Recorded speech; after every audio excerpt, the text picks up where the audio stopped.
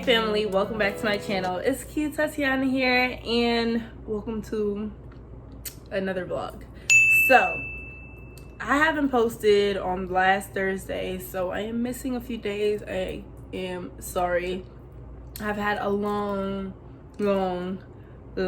week. My friend was in town. She ended up going back home. My friend actually still had to run a business and I still had to spend enough equal time doing both, so it was pretty hard for me to upload a video, or better yet, even record a video. So before I even jump into a vlog or anything, because today is Saturday and I'm recording this and I'm uploading it today, Saturday, so I figured, a lot of people usually ask me questions regarding how to start a business, what are things that they can do to have a successful business. While I can't make you do it, these are some things that I've implemented into my business as my business is still growing. It's only almost been a month that I've been in business. If you don't know, I own a clothing boutique, She Favors. The link will be down in the description to shop.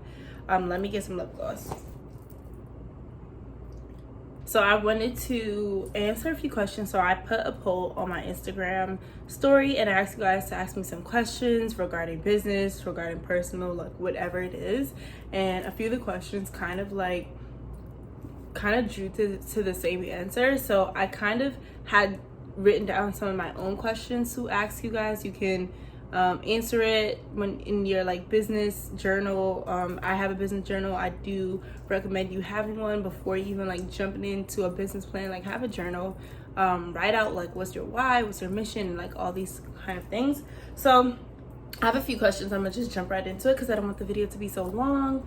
But yeah, I've missed you guys. I've missed recording. I've missed it all, and I'm just seeing this channel grow and I'm so grateful. So yeah, so one of the first questions that whenever you start in a business, what you need to know is, does your business idea meet a need, right? So your business, service, product business, whatever it is, it must solve a problem. So businesses are always problem solvers.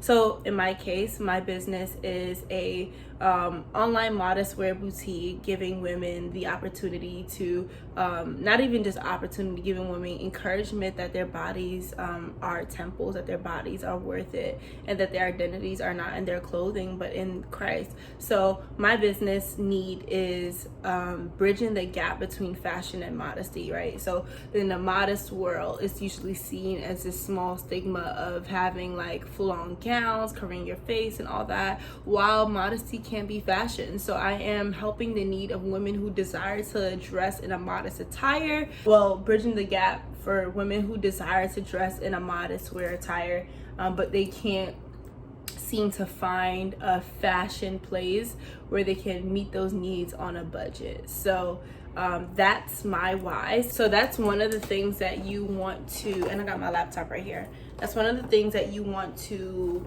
ask yourself before even producing any type of strategies towards your brand or business. Let me fix this camera. Fixed it. All right, so once you figure out if your business meets a need, and one of the ways that you can figure out if your business meets a need is, say if so one, there's a lot of problems that we have in this world that your business can be the answer to. So that's number one. So always try to, before even coming up with a business name or whatever it is that you want to do, really figure out who am I serving, who am I helping, and who this can potentially help overall. So the next questions are, does my product or service add value to someone's life? So what does this question mean? Does my product or my service add value? Is this going to, just like the last question, is this going to help them in any way?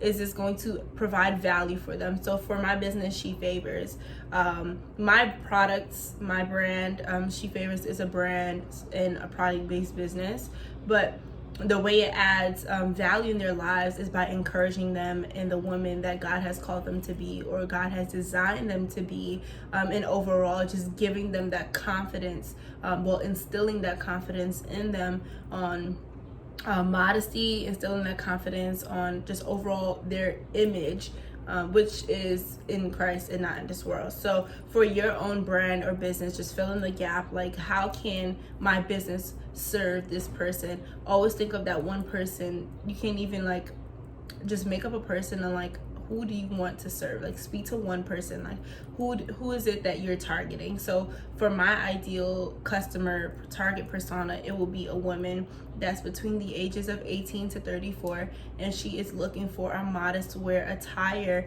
modest wear wardrobe that's fashionable and still meets her needs of looking good on a budget, but overall looking good on a budget, but still being conservative. So if really target that one person that you're trying to reach and literally answer their needs.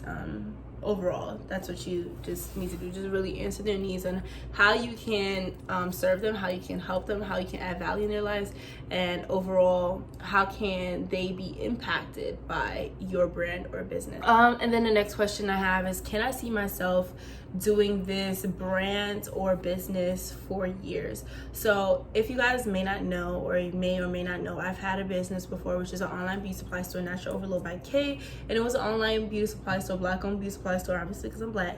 And I was giving I was offering the same hair care products on a budget, which overall I lost doing that. I've lost tons of money in that business. However, it was a learning lesson and something I can now give you wisdom and knowledge on over something that I failed on. So overall, it wasn't something that I was passionate about. So the business brand or entity should be something that you're extremely passionate about. It shouldn't be something that you're just doing because you want to make quick money on the side, because overall, if the passion isn't there, there's no way for it to sustain on the days that the business can fail. So on the days that I wasn't making sales, I wasn't passionate about trying to make sure that I'm targeting the right people, creating email lists. Sorry if you hear noise outside. I wasn't trying to create an email list. I wasn't trying to create more graphics, more content. Like, I didn't have the passion the days I didn't make sales. And that's why it's very important, because as a small business, as a startup, there are going to be days that you have no sales.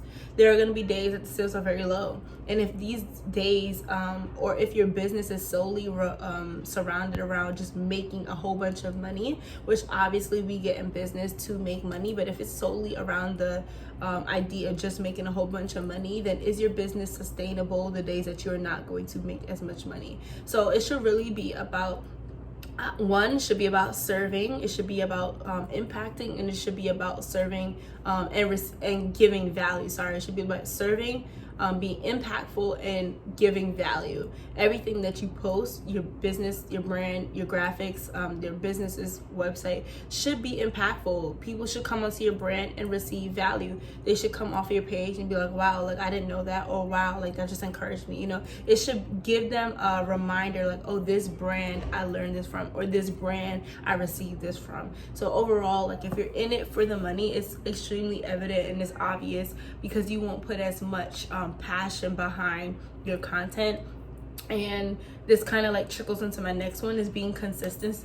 So with you not posting as much, people are not going to take you as serious if you're not putting in the work for your own brand. So you can't expect people to promote, you can't expect people to show up for your brand if you're not showing up for your brand overall. And that was something that I struggled with in my past business, is not showing up enough for my brand. So overall, it's like, if you're not showing up, if you're not giving your all, and it's so obvious, you guys, sometimes it's like, oh, people don't know, but people realize, even if people don't even like your post, people see it. On my She Favors Instagram page, my business's Instagram page, I think we got about like 330 followers, and on each picture I would have like 12 likes. Like the highest is probably like 50 or something like that. However, even though I know that people see it, but people are not liking or commenting, people are viewing it and people are seeing the consistency. The other day, some girl inboxed me and she was like, wow, like I've been watching your page since you launched it. I launched July 15th, it's like August 8th right now.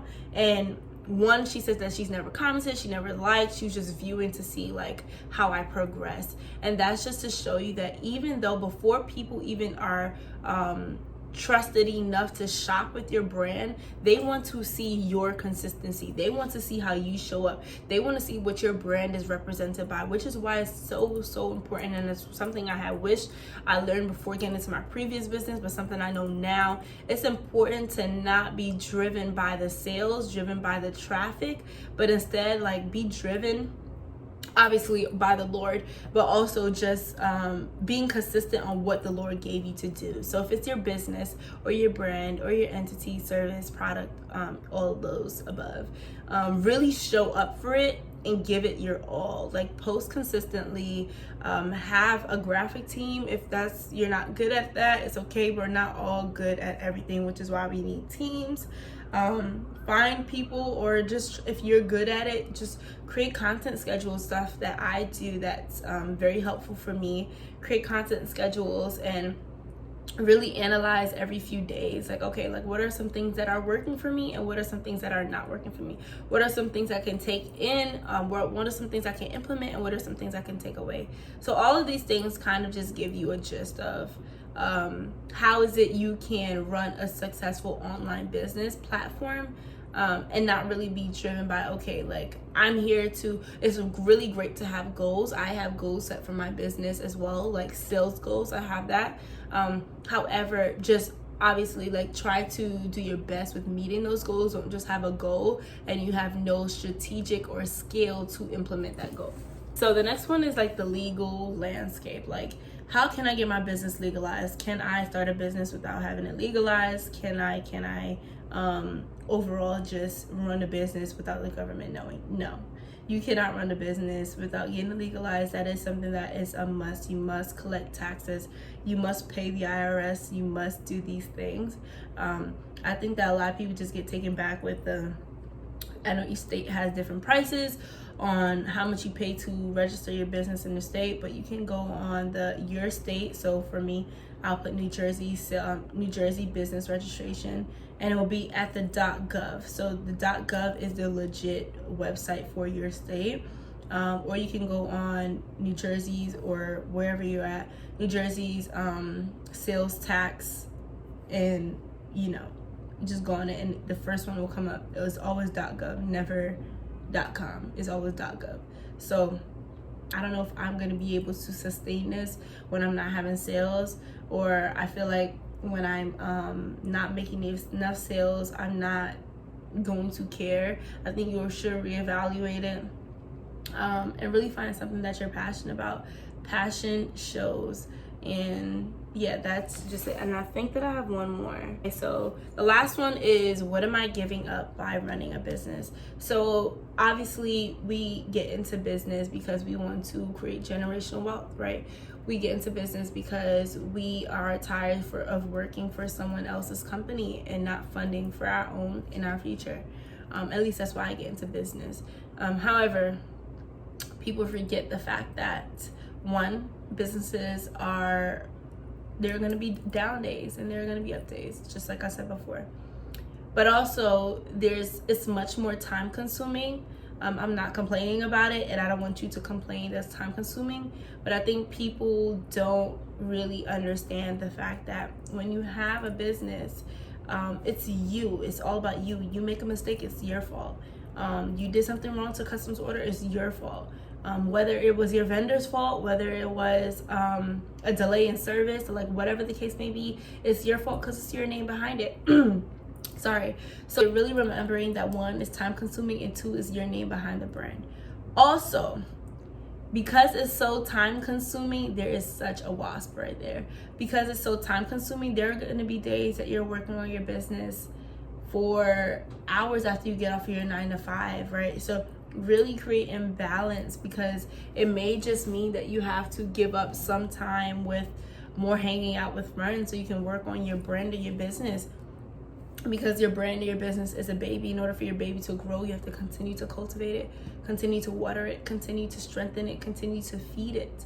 And if you're neglecting it, how is it going to grow or receive the nutrients or the fundamental things in order for it to prosper? So overall, just creating a balance between your life. I don't feel like one should be higher than the other. However, since your business is new, you should be spending more time cultivating it. and that's something that I'm still learning in this current season, is really still pouring into my business as much as possible. So you're not giving up so much when you start a business. There are things that are going to shift.